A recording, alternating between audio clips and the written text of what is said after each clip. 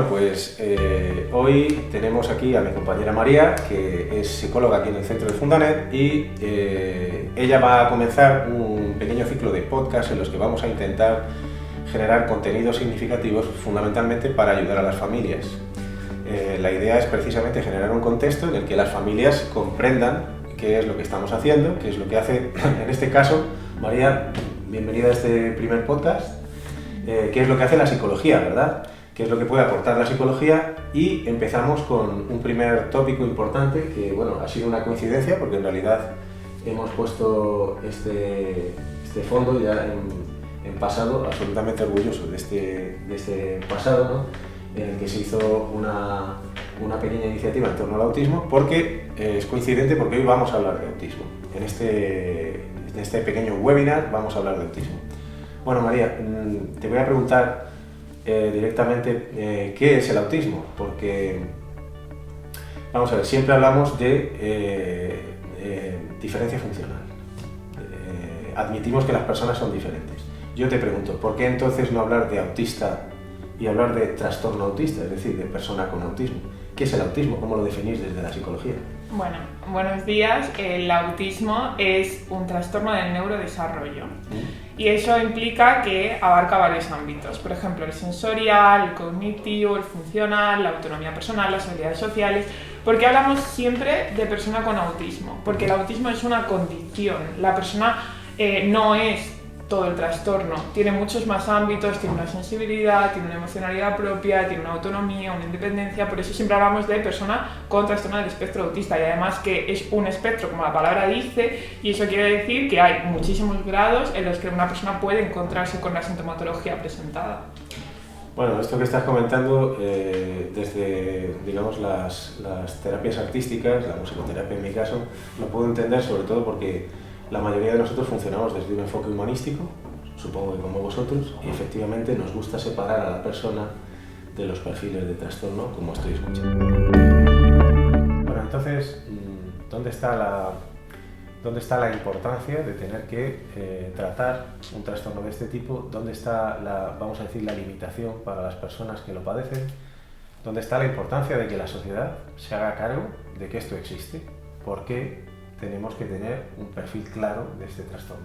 Tener un perfil claro es importante desde la psicología y desde la psiquiatría, por un lado para poder comunicarnos entre nosotros, pero más allá para la sociedad es importante para adaptar los espacios, por ejemplo, para utilizar los pictogramas cuando vamos a un colegio y que todos los niños puedan estar adaptados, para que los supermercados no pongan la música a todo volumen cuando llegas un viernes a las 8 de la tarde a comprar, y que puedan acceder, para que las cabalgatas puedan ser para todos también. Entonces la sociedad tiene que comprender que es importante conocer a las personas con autismo, y además el diagnóstico nos sirve para una cosa que antes no había, y es que haciendo un diagnóstico nos van a dar ciertas becas, nos van a permitir acceder a determinadas terapias que antes no había. Entonces reconocer socialmente esto nos va a dar un paso para entrar y para hacer un diagnóstico, un tratamiento y una promoción de la salud. A ver, yo siempre digo que nosotros podemos pedirle a las personas que caminen, se acerquen al concepto de normalidad, de neurotípico social, ¿no? Que yo siempre digo que es una utopía. En realidad es un pequeño delirio pensar que todos somos normales, porque ninguno es normal. Pero como tú bien comentas, es interesante, ¿no?, hacer ver que la sociedad también tiene que caminar hacia las personas. Vale, tú has hablado de un contexto general en el que es importante verlo. ¿Qué pasa con la familia? ¿Por qué es importante que la familia cuanto antes se dé cuenta de ello? Bueno, la familia al final, cuando vemos en terapia a los usuarios, lo que nos encontramos es que la familia forma parte también de ese trastorno, porque tienen que convivir con esa persona y tienen que aprender a llevarlo. Igual que la persona camina hacia el mundo, la familia tiene que caminar hacia la persona y tiene que comprender a la persona. Sin comprensión van a aparecer sentimientos como la culpa, como la rabia, como la ira. Entonces es importantísimo que la familia comprenda, y para eso la familia tiene que estar concienciada sobre el trastorno.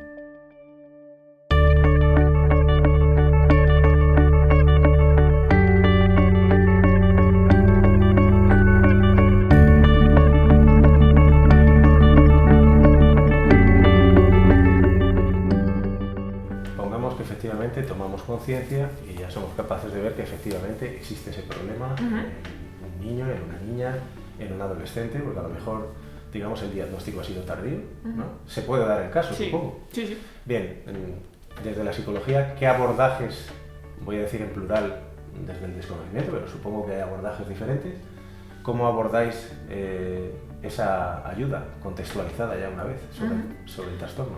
Bueno, cada psicólogo tiene su propio librillo y eso todos los profesionales que nos dedicamos al mundo de la terapia lo sabemos. También es importante tener en cuenta que cada profesional va a tomar su propia rama. Por ejemplo, hay profesionales que dentro del mundo vamos a llamarlos cognitivos, otros más humanistas, otros más conductistas. Cada profesional tiene su propio abordaje. Pero es importante tener en cuenta que generalmente todos tenemos las mismas pautas. Primero es hacer un diagnóstico precoz. Cuanto antes en el autismo, una atención temprana nos va a asegurar que esa persona en la vida adulta va a ser una persona independiente, funcional, autónoma.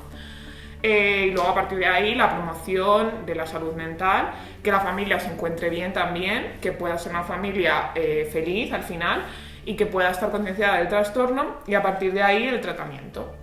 El tratamiento, pues hay algunos profesionales que utilizan, por ejemplo, el método TEDS, otros profesionales que utilizan el método conductual, entonces cada profesional tiene sus propias pautas. A lo que voy, importancia del tratamiento precoz, del diagnóstico y de la promoción de la salud mental en el caso del autismo.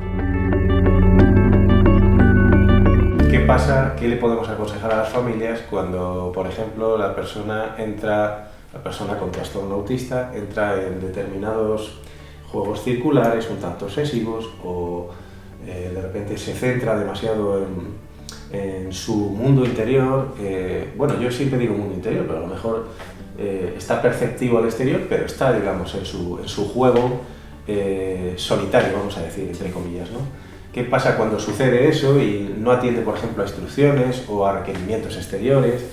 En un momento en el que, por ejemplo, se está esperando un autobús y el contexto social a lo mejor no sabe esperar o comprender. ¿Qué podemos decirle a las personas? ¿Cómo podrían intentar buscar formas de articular una situación así?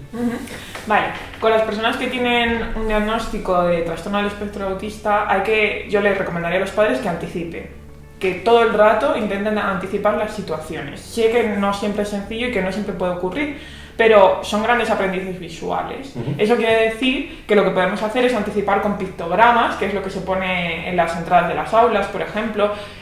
Vamos a coger el autobús y entonces le ponemos una imagen del autobús y después vamos a ir al cole y ponemos una imagen del cole y luego en el cole vamos a estar con la seño no sé quién y ponemos una imagen de la seño. Toda esa anticipación, como en las personas que son neurotípicas, reduce la ansiedad.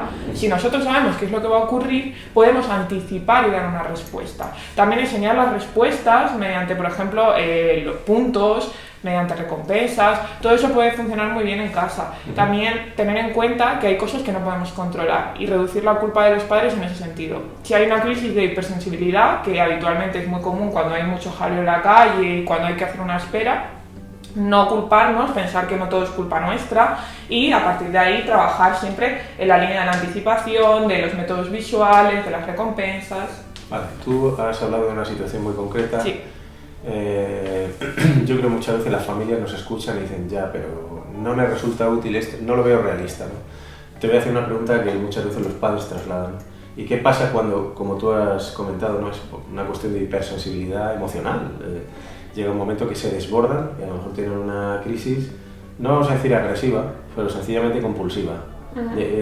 Vamos a decir dinámica, ¿no? En la cual esa intranquilidad no pueden parar, a lo mejor emiten una voz, no les puedes invadir el espacio.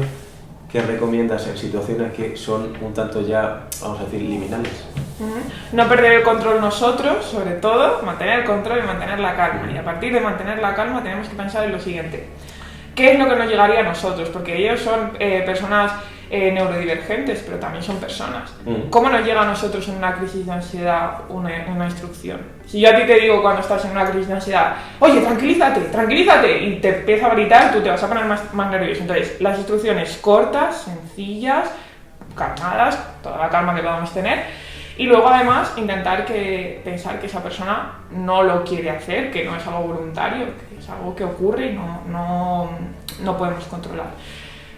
Instrucciones cortas, sencillas, si podemos, y en terapia se ha enseñado a respirar, se puede generalizar en otros espacios y les enseñamos a respirar, venga, respira conmigo. Si no quieren el contacto físico, aceptar que no pasa nada, que no quieren el contacto físico, porque en muchas ocasiones lo primero que nos sale es acercarnos y cogerles, ¿no? Entonces, aceptar sus decisiones también es importante.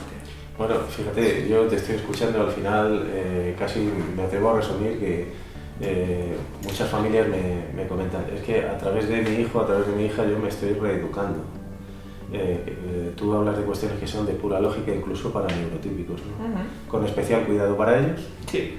Empezar a despertar a un mundo un poco más empático y más sensible, y empezar a descubrir que a lo mejor no estamos suficientemente educados para comprender esa alteridad, ¿no? Eso es. Bueno, en fin, pues no sé, como vamos a hacer una batería, una serie de webinars con el paso del tiempo, te voy a volver a ver seguro, María. Darte las gracias por la forma tan sincrética, tan sintética con la que has realizado este tipo de consejos y esta contextualización.